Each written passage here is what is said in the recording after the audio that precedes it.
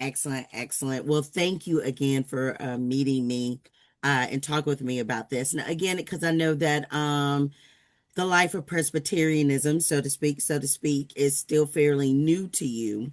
And It so, is, if yeah. any of these questions are just like, well, I'm not sure, or I'm not necessarily aware of how this makes sense, then that's totally fine to say, I don't know enough about y'all's system to be able to. Okay. To express it in this way, but I definitely the whole conversation is really basically giving the presbytery as a whole some insight as to where the leadership and the churches are feeling like our vision and our future needs to move as we are, right on the cusp of Jane retiring, Tamara retiring, and Lisa retiring. And so this really does affect you and your system and your work as you're going to be getting three new colleagues, but all of us as well, because you're only as strong as your leadership. And so we want to be very prayerful and discerning as we help the search committee and our own presbytery and our leadership walk forward in what God has for us and where God is taking us as we look to potentially finding persons who will staff this presbytery who may be similar to Jan, Tamara, and Lisa, or quite different, or are there other aspects of consideration that we need to think about as we're talking about staffing? So that's really where this conversation has been and continues to go. Yeah. Um, and so the first question is, reflecting on what you know about our presbytery and your experience, what role does the presbytery currently play in your role or work? And what do you think, what do you wish it could play in your role and or work?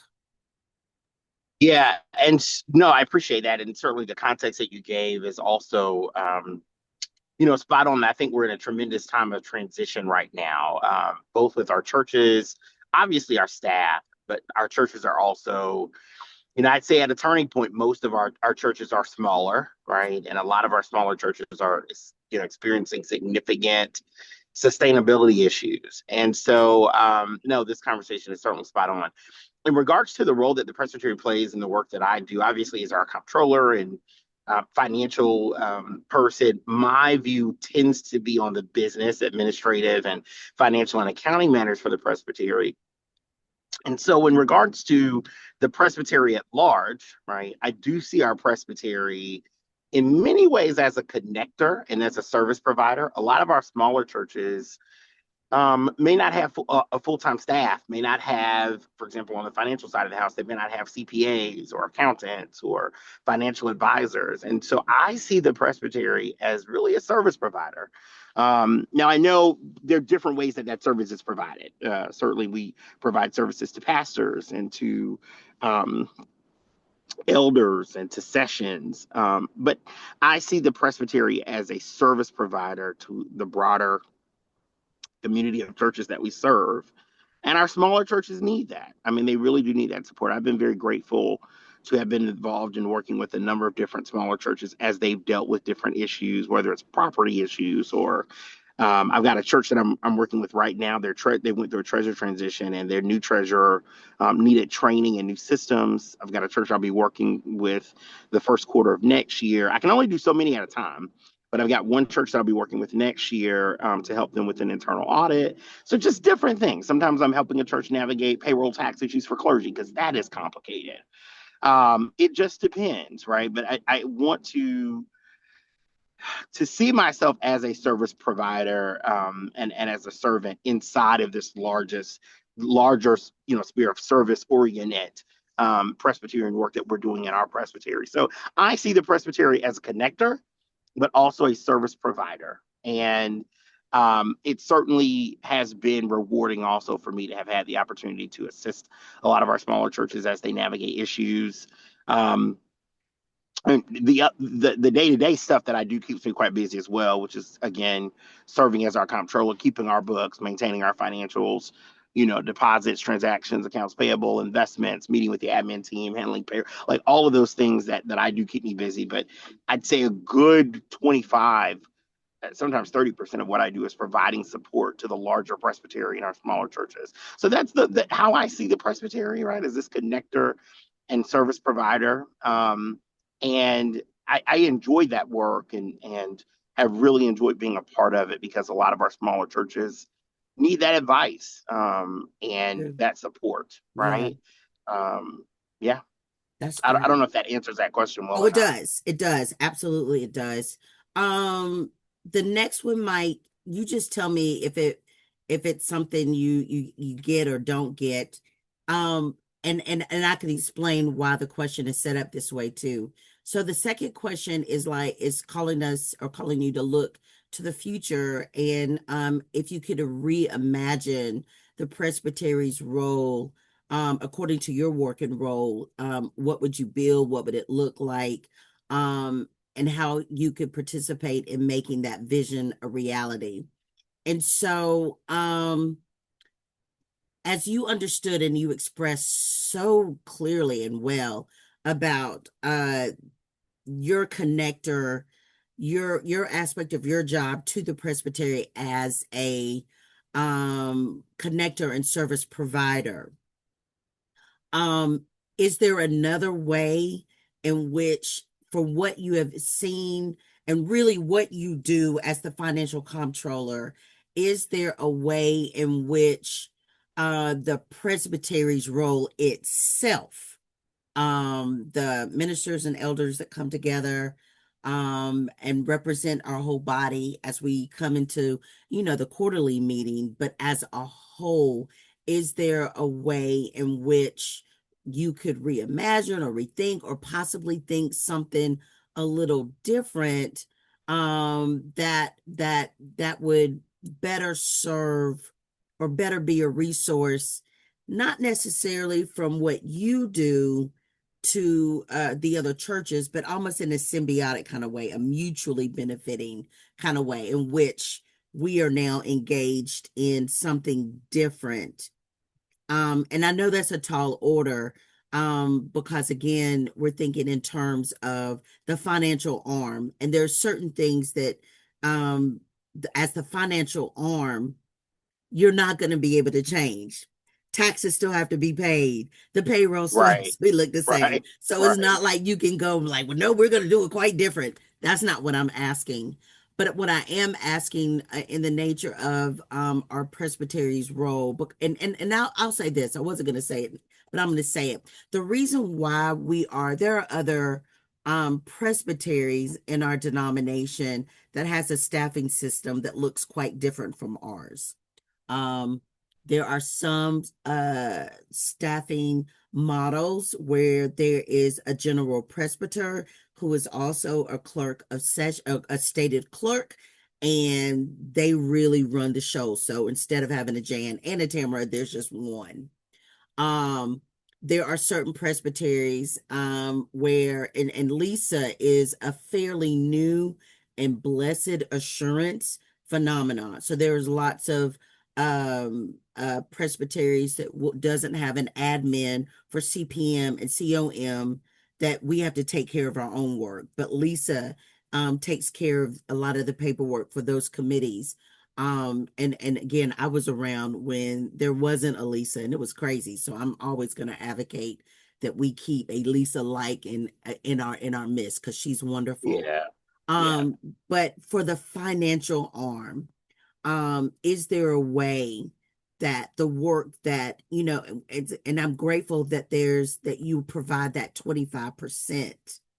Is there a way that we could um find an aspect of our presbytery where we could do that 25% ourselves? Or do we need to hire someone else to be the 25%? And you literally we're just thinking outside of the box. What is possible? Especially as we don't get a chance to normally ask the question to those who are in places of extreme leadership, such as yourself as the comptroller, to say, hey, if you had the opportunity to think at the box of what's possible for the presbytery when it comes to your work, what would that look like? What could that look like? Because nobody can do your job. I mean, clearly other people can do it, but you are doing your job in such a way that will lend itself to say, you know what, this is great. I love doing this. This brings me joy. But if I could, if someone could come alongside, or somebody could provide this, or somebody we could teach this aspect to other churches or other church leaders, what would that possibility look like for you?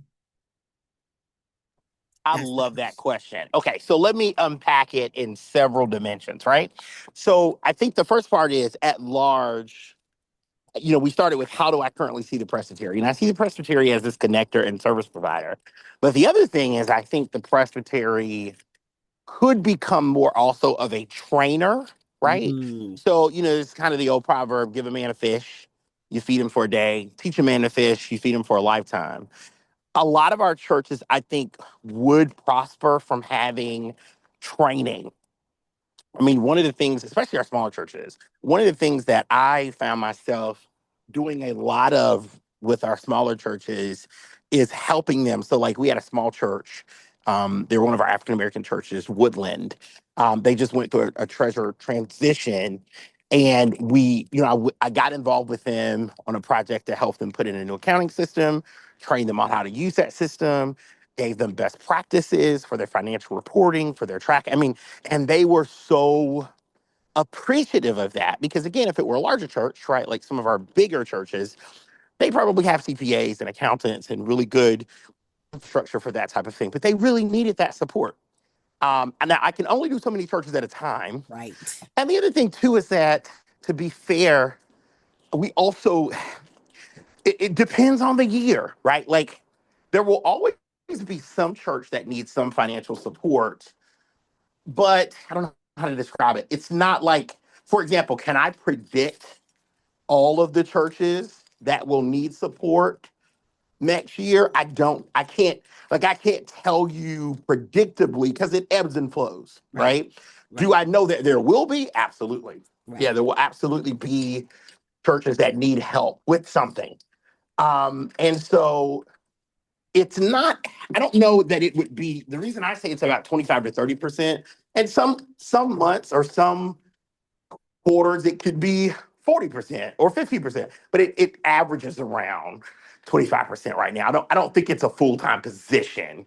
Although there's always a way to grow that work. Like one of the things that I decided I wanted to do next year is to do a ministry for small church treasurers because the small church treasurer role is a tough one. You're dealing with insurance issues, right? And let's go to this next broader conversation of the comptroller role, right? So, for example, with my role, um, I almost think sometimes I need a title change because I end up getting involved in a lot of things. And sometimes Dr. Shelf will say, Robert, that's not really your job description. But I'll have to say, well, yeah, but we have a small staff. If who's going to do it if it's not me? So I know it always comes from a desire to protect me so that I don't get spread too thin. Because a lot of times I am pulled in so many different directions, whether that's interfacing with some of our legal stuff, which does eat up a lot of time. Whether that's helping update our severance policies, which we did last year, and I was involved in helping with property issues because now we are a landlord, right? We own property, and that's a whole thing. And we're going to come into more property, whether that's working with admin commissions. There's a lot of stuff. So I guess what I'm saying is you would think comptroller is just keeping the books and the financials, and I do a whole lot more than that. And I'm grateful for that. I like it. I think we've expanded upon some of the things there. I don't think necessarily that we need another person to do it for my role. I think my role will continue to definitely be full time because of all of the stuff that's involved. I just wonder sometimes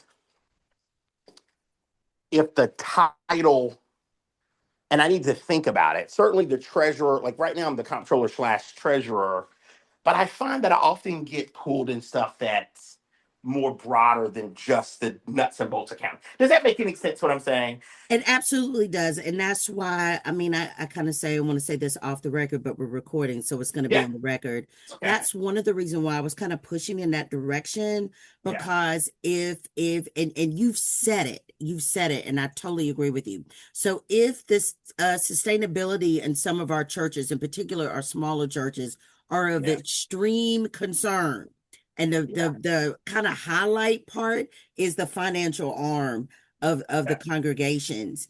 And so you as the comptroller, we understand your position, your role, we get that. But you as the man and pastor, and I totally get that, have a heart, and now you're blending into other areas. That's what we do. That's what we do. But it's also a place in which I don't know if our presbytery, and now I'm talking about the broader leadership, the moderator, the vice moderator, council, the GP, and stated clerk. I don't know if they are really in mindset of thinking, you know what, we need to put attention in some of these other different places in the financial arm, because these are the places that really need a lot of work and attention, so that our churches can gain some sense of support. And Yeah, and that has to happen with a conversation with you. I yeah. don't think that it I needs to get. happen in COM and CPM and Yeah, some of the other places yeah, that the conversations are happening, yeah, because you are seeing it front and center. And yeah, so yeah. it's not just a conversation. Well, let's just have a conversation with Robert, Hmm. and pick his brain. It's like, no, let's have a really brainstorming future what is possible conversation with Robert, Yeah. because he is seeing things Mm. that can help us address other areas, to where we're talking about our staffing is an issue, the transition. Well, let's do something about it, because we're here. Right. Yeah. Yeah. No, no, Real. no, no, no. We are. We're at that juncture. I mean, so going back, so there's this broader conversation of I see us as a connector and a service provider, but I also think we do need to be a trainer because if our churches are getting better training, I think they would do, we all get, enhanced by having some type of development professionally in trainers. That's one. The second thing though is that my role tends to be, when I started, my role was part-time. And then we took it to full time, which our full time equivalent here is 30 hours. But what I found is I got pulled in so many little directions. And remember, it's a small staff. So, but when it comes to, there's a lot of stuff that touches on business, legal or financial or administrative, HR payroll, like church support that's not necessarily keeping the books. There's that part of it. But there are all these little things that end up just like eating up a lot of time. And when we come into decision making, there's often a need for me to be involved in those conversations, right? So I'll give you a good example. We've got a church right now, Christchurch, that has an administrative commission that is working on possible closure and thinking through some of those things. And we're dealing with some property issues. And they're like, we got to talk to Robert. We got to get some advice to figure out. And they need that because I'm connected to the presbytery's overall financial structure. But again, that's not the nuts and bolts. But Right. it's needed. That insight is needed. And so I really feel like my title right now is comptroller and treasurer, but I often feel like sometimes my title is really I'm functioning more as a treasurer and administrative manager or treasurer and business director. Really, but that's okay. Like all that's good stuff. I mean, and I think I've done well. I think the difference between myself and Donald could find any penny under a haystack. He was an amazing accountant, but he wasn't a communicator. At He all. didn't like And Donald I was not love a him. talker. Yeah. Right. Oh, he was amazing. Oh, he was I love amazing. him. Whereas I am, I'm certainly good at giving advice. I mean, I used to be the CFO of a number of different huge multi-million dollar nonprofits and charitable entities. And so I'm also a lawyer, so giving some advice is just like a part of what I do from a thought paradigm. But I think some of that advisory work that I've done has been very helpful. And thinking strategic. Like when I first came on board, we had $1 million or so worth of just cash, just sitting in cash. And I was like, why is our cash just sitting in a cash account when it could be earning 4 to 5% in money market accounts? So when we made that adjustment to our investment policies and strategies, that earned us a good 60 to 70,000 in free investment income with very little risk. And we've done a lot of stuff to update our payroll system, update our account. Like I've kind of come in with that fresh, modernized, strategic advisory type of focus, in addition to doing all the other stuff, which has really been helpful for us. I mean, like I said, when I first got here, I realized we had severance packages that didn't have releases. And at first I was told, well, we're a Presbyterian, we don't. And I was like, yeah, but that's just not how that works. So I did research and found out there were other presbyteries that had general releases. We just hadn't updated our stuff. So I led that project of making those modifications with our pro bono attorneys. But like I get involved in a lot of the business aspects of what we do and I enjoy it. Like I'm good at it. I really enjoy it. And I think that's been a need, but I think the training aspect and the business of the presbytery is going to continue to be interesting. And also from a funding landscape, we have about $1 million budget, right? 75% of that budget comes from Unified Mission Giving, right? That's going to go down slightly, not drastically, like not, it's not changed that much. And I think a lot of times there's this paradigm that our churches are closing, so it's going to be major change for the presbytery. Well, the reality is, it is, but let's say you got a church that's struggling. I mean, they are on the lifeline. They are not progressing as a church. Really, they've kind of dwindled. 9 times out of 10, they're not paying Unified Mission Giving. And if they are, they're sending a check for $50 just so that they can get grants, right? That's the only reason they're sending it. But they're not paying Unified Mission Giving. 9 times out of 10, they have a lot of conflict resolution in their church, which I've gotten involved in a lot of conflict resolution with churches based on financial stuff. Jan normally handles all the ecclesiastical, the clergy and other stuff. But if there's a conflict in that church regarding money or finance, which they often do arise, I get involved sometimes to provide some thought partnership. But typically, they're eating up a lot of our staff time, right? And if we were a firm, like let's say we were a law firm, you would want to know which clients are eating up a lot of your cost, but not providing a lot of the revenue. And the other part that we have is that a lot of our churches, we have the presbytery has what we call the per cap squeeze because we are required to pay the per cap to the Senate and to the PCUSA, regardless of whether the church pays their part or not. So let's go back to the small dwindling church. You got a small dwindling church. They're probably going to close in the next 5 or 10 years. They're not paying Unified Mission Giving. They're eating up a lot of staff time, Jan's time, my time, just conflict resolution. So this church actually is draining the Presbyterian resource because they're just, it's a balance sheet income statement type of thing. That church, we might say, well, Lord, if they close, that's going to continue to impact the Presbyterian negatively. Well, it could. But then if that church closes and comes into some property or comes into a large amount of funding, and we're able to invest that funding, $1 million at 5% a year is $50,000 a year. At 10%, it's $100,000. There's a chance that church could do more for the presbytery by closing Closing, right. than it would by remaining open. Because if it remains open, it's gonna suck Drain the up time and system. resource. We're gonna have a bunch of contract pastors flowing through there. A lot of issues, conflict resolution. This person doesn't like this person. The family-oriented church where the Jacksons don't like the Johnsons and the Johnsons don't like the right. I mean, and it's just eating up time and time and time and time and time. And then, they close 5 to 10 years from now. Whereas if they just made a decision, we don't really there's not a viable path. Now, let me also say we need to do everything we can to save our church. There are some of our churches that are on that edge and they're at critical turning points, right? And they do need that support and that training, right?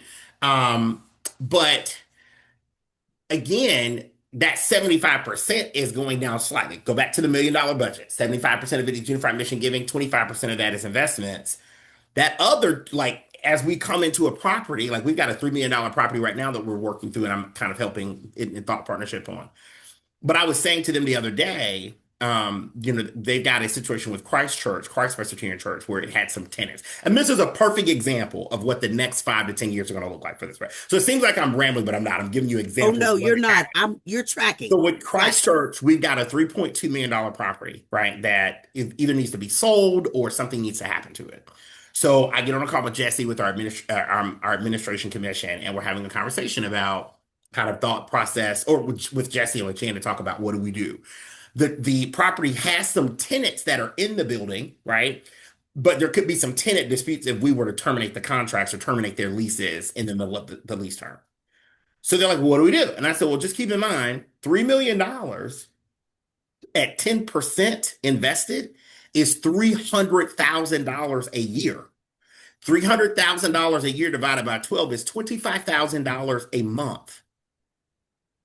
So if we're talking about 20 or $25,000 a month, every month that this property sits dormant, the insurance costs are going to increase, right? And it's a dormant property, so we're going to pay more insurance than we have in the past. Legal costs are being expended because we got attorneys looking at these contracts, right? All of this is happening, and we're losing, right, the opportunity cost of having that money invested because it's just sitting there, right? Getting old, nothing's happening. So if the tenant is going to sue us for $20,000, it'd be better to say, "Hey, sue us. We'll pay the hit to resolve it." And take the 300,000 in income. 300 minus 20,000 is still 280,000. But see, I'm like trying to help him think through some of the business aspects there. And there will be more and more of that coming.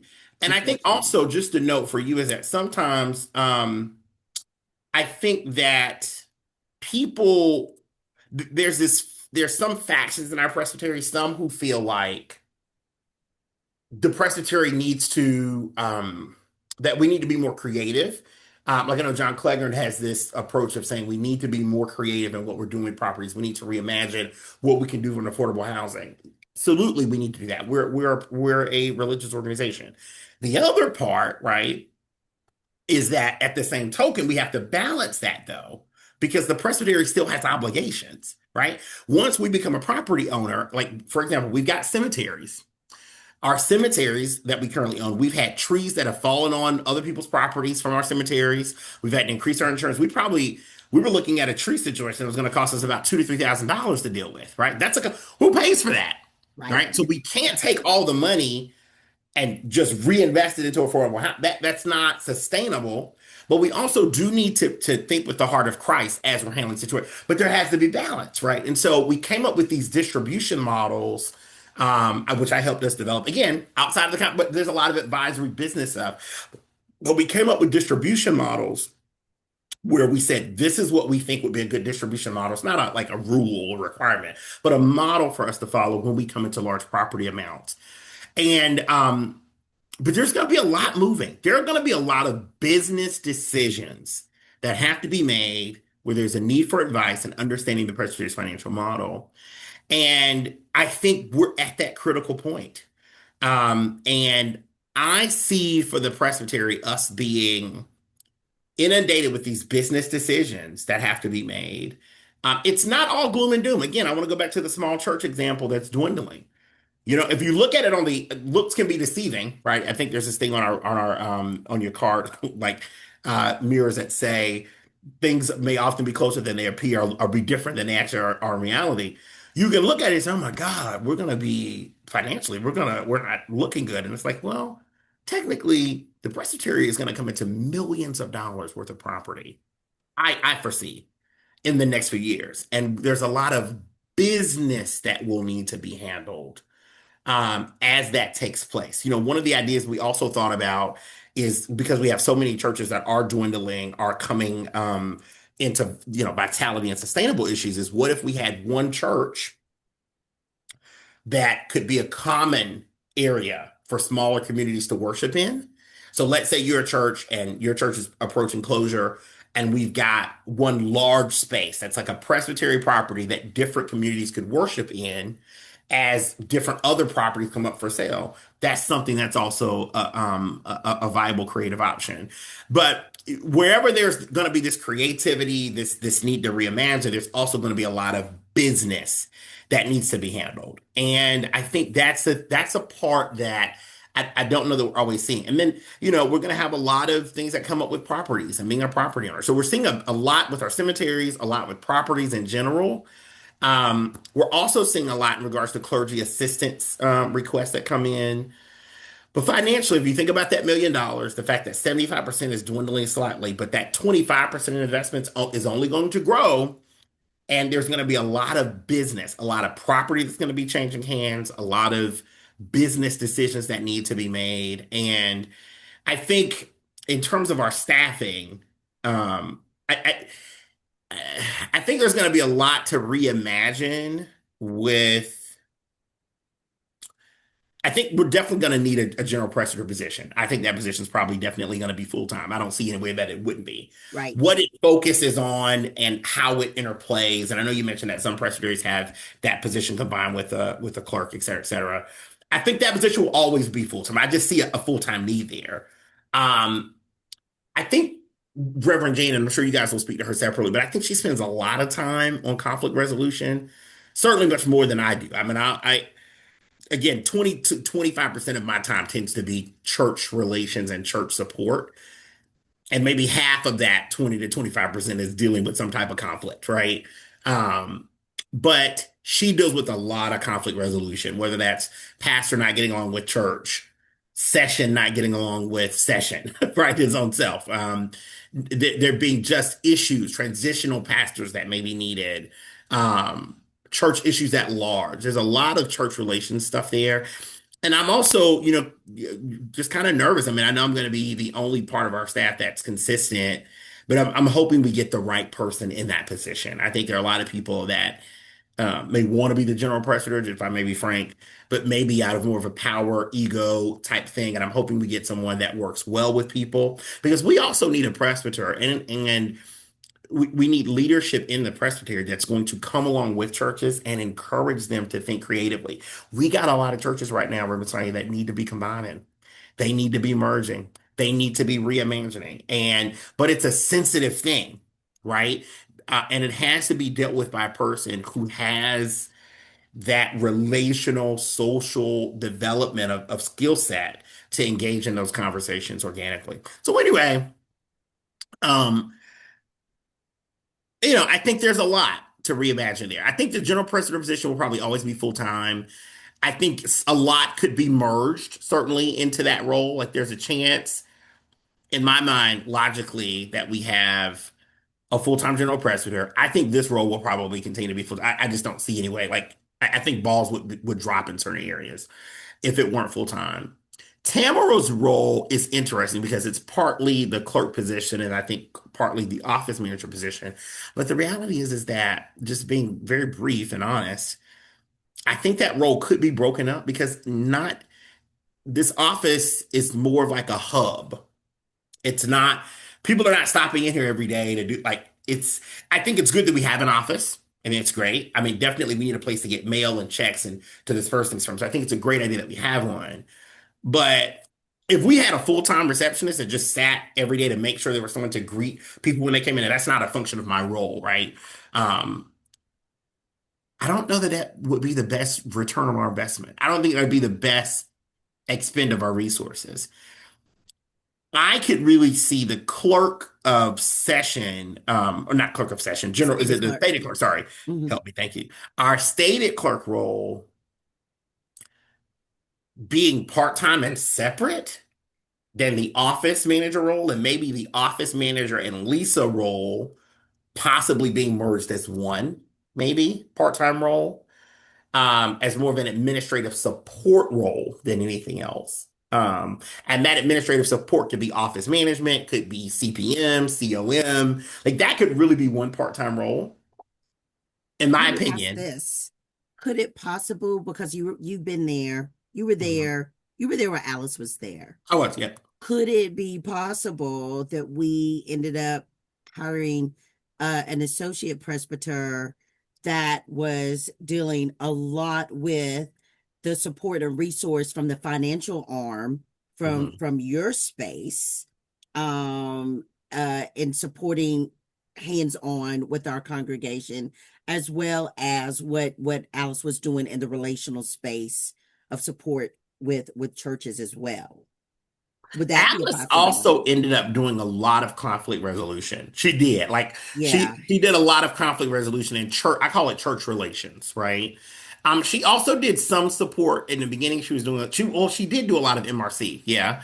And our MRC grants have been really rewarding to see. I mean, I think a lot of churches have seen value in applying for those grants, and I'd love to see like I think the MRC grants have allowed churches to really feel that tangible, like we're paying out our Unified Mission Giving money every year, but how is it benefiting us? And I think those MRC grants have given that tangible benefit to churches that they can really, experience. But there's a world, Sonya, in which, Reverend Sonya, in which the associate general presbyter position. See, I think we're also going to have a lot of reimagining, transformative um, business property, let's say transformative property related conversations that also have to take place. And I think that associate general presbyter position, and of course, the GP and associate GP they could develop a table and decide how they want to split it. I mean, that could be something else that happens. But I see a world in which the associate general presbyter position could also be very impactful in helping churches think about mergers, think about creative use of their space, think about the vitality issues, right? And so, I mean, that is something that I kind of foresee for that role. But let me go back to your question. Is your question on the associate general presbyter role whether or not it will like how it has been used in the past versus how it could be used in the future? Is that what your specific? I'm really just to be honest with you, I'm stuck on you, which Okay. you Okay. you Yeah. you you you are and I knew this even the brief few times that we've met, but you are in a massive amount of wealth, of knowledge and resource, of energy, of passion, Yeah. of all the Thank you. things. I mean, Thank just you. just amazing. And so me saying you were amazing today does not debunk. I thought you were amazing first time I Oh, met you. I So appreciate it's that. Thank continual. you. But hearing what you're doing, because again, as a clergy to another clergy, I don't want you to get burnt out. And it sounds like I'm not saying you are. I Yeah, don't no, want you I'm to get burned okay. out. Yeah, I'm I okay. know you Yeah, are, yeah, but yeah, but yeah, but yeah, that's yeah. our telltale sign too. That's true. Yeah, But I yeah. really feel like, our presbytery, and I have felt like this for a few minutes. Yeah. So, we have our model of training our interim pastors to go into the church and be trained, da, da, da, da, da. And I have Mhm. felt for years that that was a model that was not working for our system. I Hmm. said what actually may need to happen in the future is that we train our sessions or train groups in our churches to go and train other churches, Yeah, yeah. because then it's now an engagement, it's now connectional, it's now Uh-huh. partnership, it's now all the things. Hmm. What I loved about what you were saying is it's almost like exactly what you brought out, the teach one, reach one kind of model. Hmm. So if there was an associate that was able to hear from you, and you all build a system of, well, churches who are reimagining and already doing Hmm. some work to refocus, to merge and do all these other things, are also being trained about staffing options, about resources and taxes, about the business aspect, the treasurer aspect, all the hands-on stuff that has to happen too. And then this person, possibly an AP, possibly a moderator from a task force, but I'm slightly discouraging that because we do a good job of talking task force and committees, but people get caught up in their own particular work and then drop the ball. I'm advocating for a paid person to come in, and this is their job. And so, but this person now is creating space to create space with other churches, other sessions, other that they will be sending out to other churches, and they Hmm. will be meeting up. And so it's kind of like a reimagining with support for you and what you're doing. I don't want us not to benefit from all of your resources. For Hmm. example, I'm grateful that Woodline has had this moment with you. That's great. It's going to further strengthen the Woodline family. But Belfont, New Hampton, CNG is, we would all benefit from that too. That's true. That's true. That's Even if true. we think we're in a situation now where we are trying to change all of our financial books. And so I will Yeah. be in a Zoom this afternoon for a Yep. training of QuickBooks so that Oh, we can change yay. all of our financial. Yeah. And our Yeah. treasurer, who's not tech savvy at all, is giving us some serious pushback, and we're trying to walk with her gently, but we're Yeah. like, sister, doctor, this train has left the station. Belfont is Listen. going. And let me tell you, and this is the thing, I tell people because I pastor a small church. running a small church and growing a small church and keeping Woo, the doors open on a small church woo, is not a task for the weak. Because here's the deal. Does say a it. well if I were to say the question to you, does a wealthy person need to manage their books more or the poor person, right? The poor person. The poor Because person. they need to know when they're Right, having issues. Does the big right. church or wealthy church need to have better accounting or the poor church? The The poor poor church, church. because, and I don't like Right. the word poor church. That's not the right word.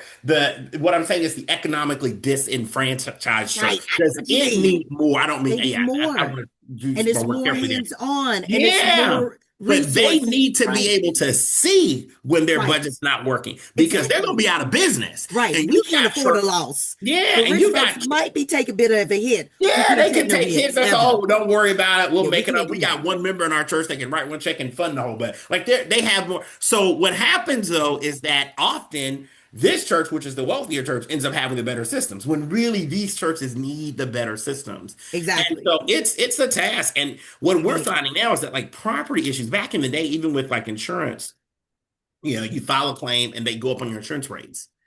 Today they're dropping people. They will literally, like I was working with Memorial on a situation. They literally said, we'll cover it and then we're dropping you. And now you got to go get insurance somewhere else, but now your loss ratios are high. So anywhere you go, your insurance is going to be through the roof. We have churches, I think it's either South End or South End. I can't I mix up my churches. But one of our churches is completely out of their sanctuary because South End. South End, yeah, the property not in heaven, Right. but they're not the only one like that. Oh, I Amity know. is dealing with a situation right now. Their buller is out, so they're not worshiping in their sin. Like it Right. is these It's our smaller crazy. churches are going through Right. it, Right. and Right. it's going to be a very transformative time for this presbytery going forward. But It is. what you're saying is pivoting the associate general presbyter position to be more of a business focused partner in that. I kind of like that actually. Yeah, I kind of like that. Yeah. And Hmm. it may not be for, the long term. If we Yeah. find somebody really open and savvy enough that it could change direction, it could pivot again in the next few years.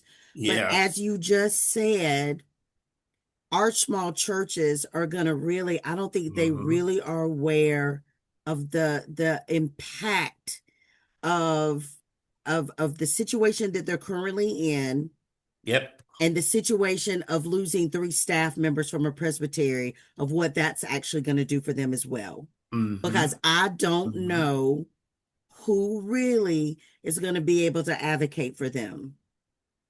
And that's the bottom line.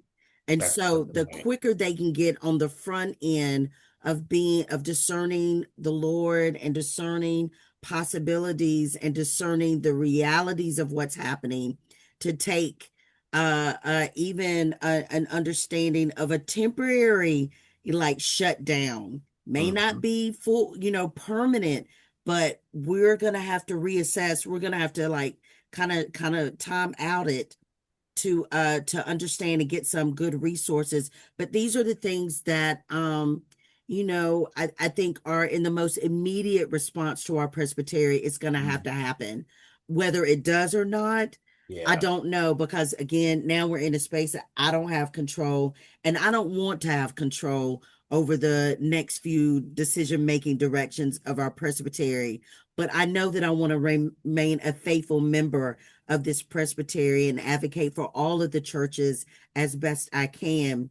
But I do think that this is a way in which this committee can really, like, Mm. think about what you're saying and hear what you're saying, and even help our presbytery to consider re-envisioning certain things, because if again, if our AP is centered around conflict resolution, if our GP is centered around conflict resolution, then obviously that's a trait that we need in either our future GP or another AP. But hearing from you, because we know the financial arm is an issue, not potential. It currently is, but somebody has some really strong business acumen and promise and passion has got to be on the forefront too. And so I Yeah. don't want your wisdom to be lost on us. And Thank you. that's where all of this is coming from. No, So I yeah, appreciate that. Yeah, and as you were talking, now I will tell everybody I'm a drawer by nature. I have to draw things out, but I see this. I'll share my screen real quick just so you can see what I'm seeing. But I see this thing being um different bubbles that will need focus. And let me share my screen real quick. I So don't this know. is what Okay, I'm there you go. seeing. This is what I'm seeing. Um, Oh yeah, oh yeah. and happy to. I'm a visual. I have to see everything visually for it to make Oh, sense to that's me. fine. But yes, But yes, I see. So like, there's the internal business of the presbytery, which is why I always say, my role as our comptroller is that nuts and bolts accounting, but also a lot of the business services, the business. And when we say internal business services, I'm also happy to like add more context to that because that can be confusing. So when we say internal business services, that's going to be things like the HR, payroll, oops,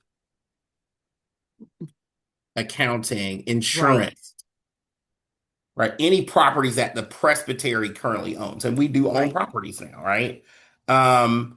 It's all of those internal things, property, oops, issues, legal issues, FP&A, budgeting, etc. Right? Those are the internal things, right? And then you've also got the transformative business services, which the transformative business services to me are going to be new property, closures, distributions, right? Like the Christchurch example that we're talking about, those new things that are going to be coming in, right? And so I see this internal business service and then transformative business service, which is kind of all business related, but obviously this person needs to really kind of have that CPA accounting, administrative focus. But there's going to be new stuff that, like, one of the conversations we've been having with our administrative commissions is that Jesse, and I don't know if you guys are talking to Jesse at all, but you may want to, kind of get some of his input we should. as it relates to churches that are coming into the presbytery, well, not coming to the presbytery, but church properties that may be sold, because he's done a lot of those. But that transformative work, right, is there. Um, and so, you've got the presbyter position, which I see this as a full-time role. And I'm just, giving my thoughts. That doesn't, I'm just giving thoughts based on what I know Please, we're, that's what we're talking about. Your thoughts. yeah, Yes. based on what I know we're doing now. And then I see this role as full time. But the thing about this role is that, if we were to really sit down and imagine it, it's possible that this role and this role could have there could certainly be some shared um, aspects between the two. So I'm going to put a line here, just for, I don't want to put like maybe a blue line here, because there are lots of ways in which there may also be some church relation issues that the Associate General Presbyter could, flow into, if that makes any sense. It does.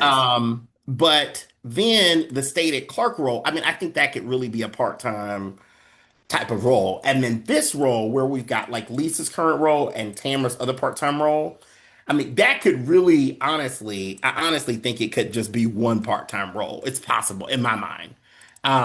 Because again, and it's also about where you want to distribute resources. You Right. want your resources to be used and having a person here to greet people. Like, I don't, when people aren't really even coming by here unless there's a need that needs to be scheduled, right? And maybe, it's a thing of saying we don't want a manned office. Like, that's not, we don't want a manned office regime. That's not the model we want, our manned office model. We want a service oriented. So if you need to swing by the person off a schedule, or we'll have someone here during dedicated hours. But Tamara sitting here from 9 a.m. to 5 p.m. every day to see one person who may come by is not the best use. Like, that's not, it may make us feel good, but it's not, I don't know that that's really the best use of our expenditures. And so I think this office administrative role and the CPMCO and MRC support role could really be one role. That's And good. it almost could be either a, I mean, I would say this role could kind of be full-time or part-time. This role could definitely be part-time, right? Now, there's Right. also a way in which you put all three of them together. I mean, that's enough. I mean, you could also do different and maybe if this is helpful, I don't know if it is, but if It this is is. helpful, I could send it to you with different types of options. Like, for example, there could be one option where all of these are in one role, right? And you can estimate, you can say, well, how many hours a week do you think this person needs to do these things? Like the stated clerk role, I don't think, I mean, really, I don't know all the ins and outs of the prep, so I'd have to ask Tamara that part. But we could put together different models where this is a separate part-time role. You could put together one where they're all the same. You could put together some different models to play with what these things may look like, right?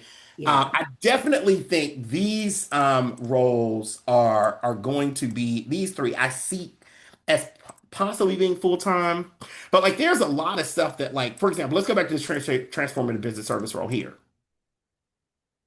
This role is also tough because um, we don't always, again, if someone said, how many church closures are you guys going to have in 2026? Well, we don't know. There'll be some, it'll ebb and flow. Does that make any sense? And so there's also a way in which, like, one model could be this particular role, right? Floating in this committee support piece, floating into this role, and really, I mean, there's space for it because it's not that hard, right? And honestly, to me, it would make sense to have your associate general presbyter doing some of that committee support to make sure that there's unified strategy, right?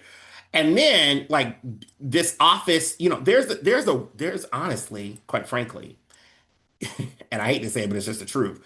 You could almost take all three of these and make them one full-time position, right? Like there's a way in which all three of these could be one full-time position. Because this, I just don't know. Um, I don't know that. You're right. We get it. You don't have to say it. In some presbyteries, the general presbyter is the stated clerk. Okay, gotcha. There's Okay. Yeah. tons So of that. I just don't know that the role is heavy enough, right?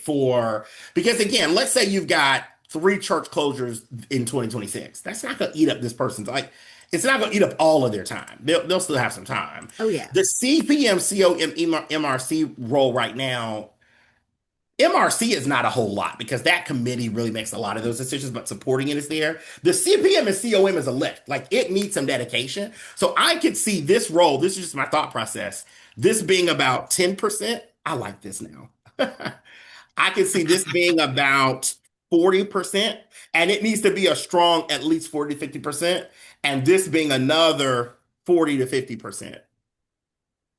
Right. And that makes perfect sense. Yeah, let me say It 40%. does. Yeah, and Yeah. then the other percentage to me could be shared, right? And when I Hmm. say shared, like 40, 40, 80, then another shared percent of supporting church relations when need be. Because there are some times when I do know, like, Alice's role was very helpful in some church relations items here. But again, like, I mean, there's a way in which this role could be 40% committee support for these committees, 40% transformative business service stuff. Because again, this is not, and honestly, it could be 35 to 40% here. And then you've got the office management piece, right? Um, and then you've got another little bit of time that can be used to support some of the shared church relation stuff, right? Right. And what's so good about this, and it also a bit scary for a presbytery, is that okay, so if we go into this, just like you said, into 2026, we stay here until 2032, and then 2032 we hit a place of stabilization, we hit some other issues, da, da, da. And so our roles need to pivot. And Mhm. that's what it will be different, Yeah. hopefully, about our presbytery moving into the future is our understanding of we need to be adaptable Hmm. and we need to be able to pivot, and whether we need to affirm that now and Yep. definitely make sure I have a group that helps us to do that along the way. Who knows? But that is a very new understanding and way of being for our presbytery that I think really is in our midst and a Mhm. must as we move forward. So I'm liking all of this. Unfortunately, this is not our work. So hopefully, um, you know, I think it's council maybe. Even I don't even know right offhand. But Okay. the place and where it needs to go, we will make sure that we figure out who gets it and so that this is not wasted on anyone. Please Right. send that to me Yeah, I will. if Yeah, you because don't it's got a few mind. different options of Because I things that love it. I love, could and be. I don't Yeah. want this to be wasted to just be us. I need for this to be a potential visual for those who are making this decision to discern forward. Yeah. No, This is good. I'll make sure that I send it to you and give you some Please, different, we thank can do you. some different angles. Yeah. Okay. Cool. So what was your, I know I'm kind of, that took us in a different direction, but that was a great conversation. Yep. It was, and honestly, because I was really just wanting to hold you to a good Oh, 30, you're fine. 35 minutes. Okay. Okay. We're good. You're good. You Okay. When I say I was expecting a certain kind of meal and you done like had the whole table spread, Jesus said, "Welcome to the feast where the table is spread You are too and the kind. presence of the Lord is here." Oh my gosh. Jesus Thank just you. literally was all up in this conversation. And so Yeah. I praise God for it. I praise God for you. Thank you. What a massive blessing you have and continue to be to our presbytery and to our churches, whether they realize it or not. Yeah. Thank you, thank you, thank you for your influence, for your passion, your support, and your impact for us positively.